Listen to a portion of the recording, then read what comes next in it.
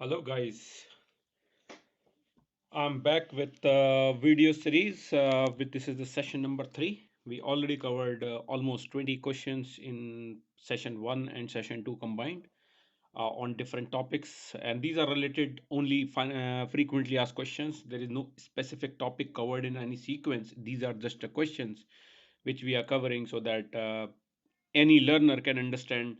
And a lot of time we have a lot of questions when we go to the project. Is it possible? Is it not possible? What is this? How it works? So these type of questions are covered in this.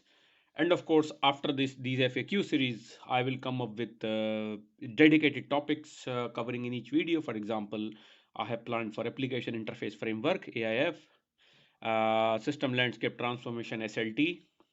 Initial load, there is already a video available, and then I will also cover few of the post initial load activities as well as some configuration steps in subsequent videos.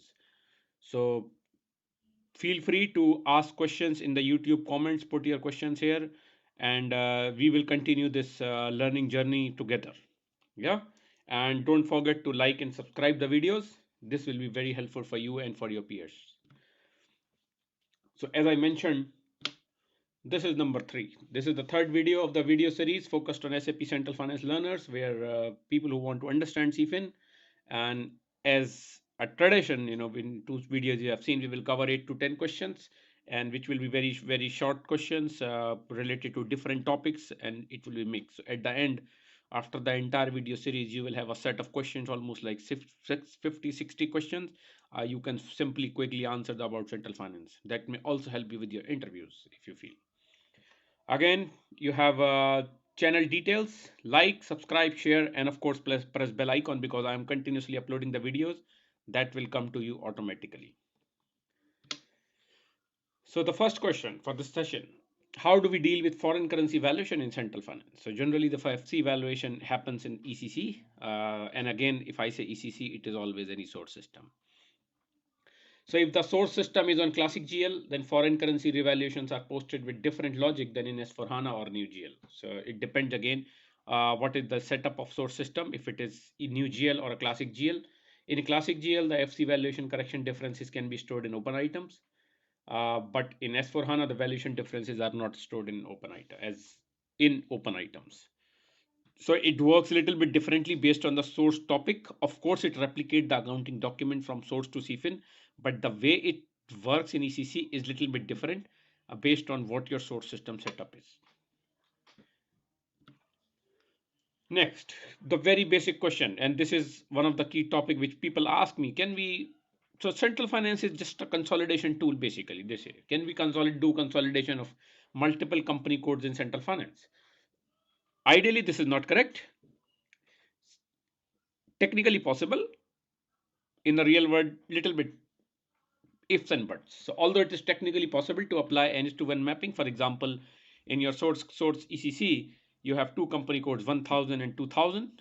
For example, they both are in France, and then you want to combine it to the NCFIN in the one company code because now you are trying to change your business strategy, and now you say, hey, okay, I'll make company code FR01, and 1000 and 2000 both will be mapped to that company code.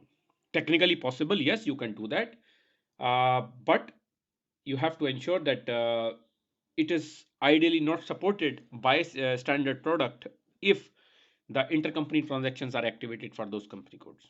So you can understand, if 1000 and 2000 have intercompany transactions, it will be very difficult to bring those to one company code because at the end both comes down to zero. So technically you can map, and this mapping is also checked in consistency check report. So if you remember, see my first video on consistency check report, I have covered this section where you can do N/1 mapping, but in multi-mapping section, SAP checks this and it will throw the error if there is such mapping being done. So in a way you can do, system will not provide any error when you do the mapping. So people will say, yeah, you can technically map. Yeah, of course we can do that, but it will fail if the transaction replication level. Okay, so next question. Can we change mapping after initial load? Yeah, again, technical answer, yes. From technical perspective, it is possible to change key and value mapping at any time. However, it is not recommended because believe or imagine, take an example. You do a vendor A is mapped to vendor B, and you do initial load. Now all the open items of vendor A are being posted to vendor B. Now you change the mapping for vendor A to vendor C. So all the map, all the postings are on B, and now you are start replicating C. So if you change, and you already transferred invoices involving the business partner, and now you have a business partner scenario in S4 HANA. So any clearing documents, and now you are clearing your documents in ECC at vendor A, but now they are going to vendor C. So clearing invoices is at vendor C, but actual invoice is vendor B. So it's like a mismatch. So it will be posted to different business partner. So ensure that you do all your mapping before you initial load, and any mapping is not changed on the data on which the load is posted. That's a best practice. Otherwise, you run into hundreds of reconciliation errors, hundreds of then you do your all stuff of custom, and deleting the load, and all those things have to be done.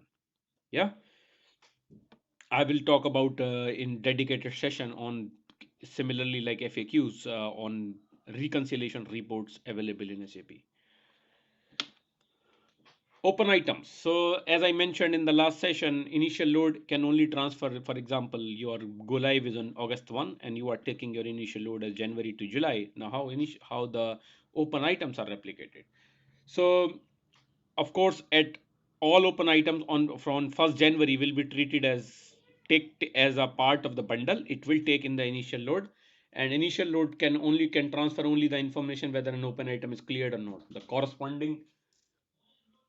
corresponding clearing information is then set to ALE extern, so that it is ALE extern is a field which is basically in BSEC table. It is AUGBL field, which is set as ALE extern, where it's like technical clearing.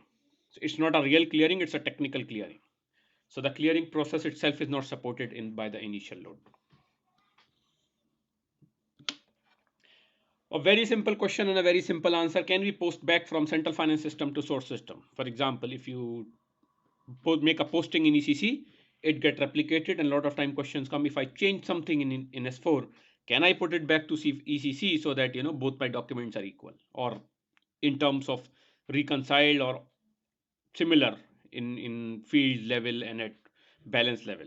So the answer is very simple, no.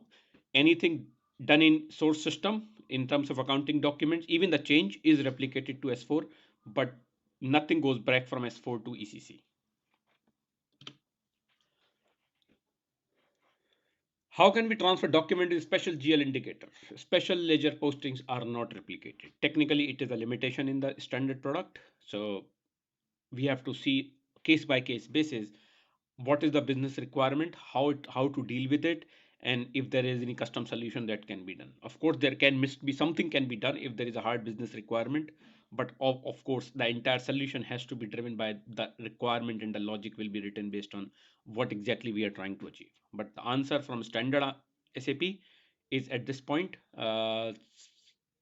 special GL indicator documents are not replicated as of current release. Can we run transactions on central finance system? Yes, of course. It's a very easy and a simple answer. If you see my blogs on the roadmap of the central finance, CFIN is a part of S4 HANA system. So of course, if you can run transactions in S4, you can run transactions in in in central finance. So it's not a different system. The only thing is you create a transaction in ECC, you replicate it to CFIN, and then you, for example, vendor invoice, and then you can make the payment in ECC in S4 HANA, which is central finance. So the invoice is coming from ECC, but you can make the payment from S4 system, and it's a all separate central payment topic. And other than that, for example, if there is any company code which is replicating from ECC, and you can have another company code, new company code created in S4, and it will be non-central finance company code, but system will run as usual. But in a simple way, answer is yes. Central finance is not a very unique system. It's a normal S4 HANA system. You can run transactions on your S4 system. Is S4 system a different? Again, I just covered this topic. Is S4 HANA and central finance different? So the idea answer is no. So the answer is simple. Where should I? Yes, okay. The answer is no. We have Central Finance, the first small box, yellow one, you see it's replicate. Then you see it's that's the first part. And then second part, I told you, you can post financial transaction, which happens in S4, where you make payments. And the third part is, of course, you can bring your logistics slowly and gradually. So yes, it is S4 HANA and Central Finance different. So ideally, it's not a different. It's one S4 HANA box. Under that, you have Central Finance as one component being active inside. What are the things needs to consider when implementing Central Finance as project consultant? Yes, so there is no topic on the screen, but yes, there are a lot of things you need to consider. You need to consider your experience. You need to consider business requirements. You need to consider the what product, what latest release you are implementing. You need to consider what is standard. You need to consider what is not available in the product. How does it fit to the business requirement? To what level you are doing customizations, and of course what is the long term roadmap of the customer, because the way Central Finance can be dealt with is the way customer is looking for. Just a basic example, you can do N:1 mapping for vendor. All your vendors will come to one dummy vendor in CFIN from ECC. But if the customer want to implement central payment going forward, or they want to make transaction in the system of record as a CFIN system, then it is not doable, because then you need separate vendors to make payments. So I have done this scenario. So one customer said, no, I just want to bring all my data, dump data into CFIN system. So yes, let's make it N:1 mapping for vendors and customers, easy. But another customer says, yeah, I want to make payment. So it makes sense to have 1:1 because every vendor has a different payment. So all those things needs to be considered, and of course, keep reading the blogs and keep listening videos, so you will also know what more things to be considered. Also, it is important to understand that central finance is a different, altogether a different story ball game. When we talk about a project and an implementation, very different from traditional ECC. So a lot of things has to be changed. There is a blog available on blogs.sap.com from my side, where which says how central finance project is different from traditional ERP implementations. Find it and you will get a lot of insight from there. And then the last question for today, can we connect non-SAP to systems to central finance? Of course, every time I'm saying, when I say ECC, it means SAP or non-SAP. How to connect, we will talk about in detail, but yes, it is doable. You can connect Oracle, JD Edwards, BAN, or any non-SAP system to CFIN through SLT. But yes, of course, through little bit more work, less functionalities may be available, but yes, it is doable. You can bring all your accounting data into one system. So there is no hard limitation that all your source system has to be ECC. But I will cover it in different dedicated video related to non-SAP systems. Again, a very quick point: like the video, subscribe the channel, and of course you will get more videos on this. And these are the questions listed on the screen we will be covering in the next session, in the next video, which will be video number 4 for FAQs. Of course, the questions are listed. I'm not going to read one by one now. I'll take a few second pause. Go ahead, read the questions, and if you have any questions, put it on the YouTube comments. I will consider bring those questions back into this next video so that your questions are answered. So in a kind of way, it's an online training where you have your questions and I answer it in the next session.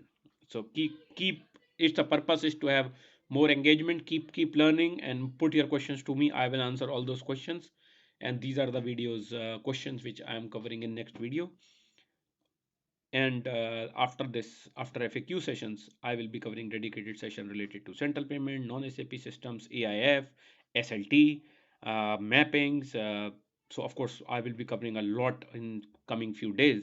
So stay tuned and hit like and subscribe, and do not forget to share the channel with your peers who are in the phase of learning CFIN.